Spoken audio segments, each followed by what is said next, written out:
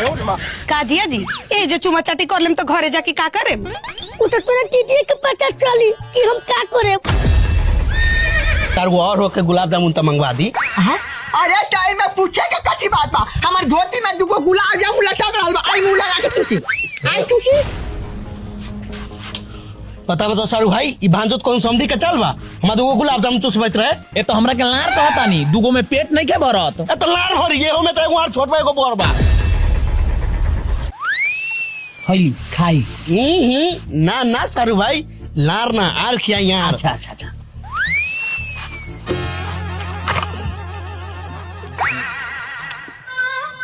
कैसन लागता? एकदम मस्त लगता।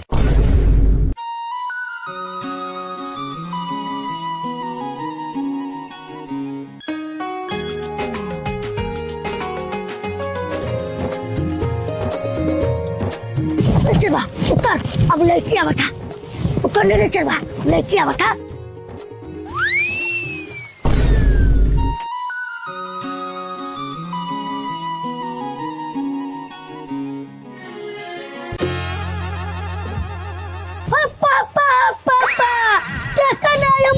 कितना मस्त लागतिया दोनों धोके खच के शादी का आम ना तो स्टेज ऊपर से फेंक दे बस बेलने का गार फट जाए जो जाके चुपचाप बैठ।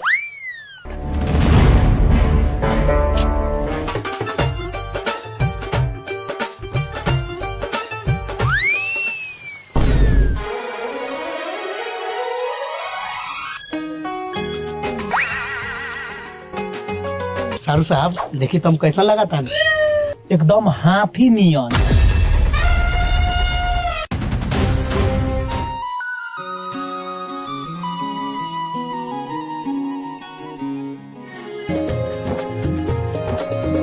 जीजा जी आके दीदिया के पकड़ी ना। ए अब से तोरे दीदिया के रोज पकड़े कहा तो तोर पकड़ ली ऊपर से के नीचे के। बड़ी मोगवानी जीजा जी। सारा बा सैंडल से सबके मार खिबई बेटा जो जाके हाथ पकड़ हाथ।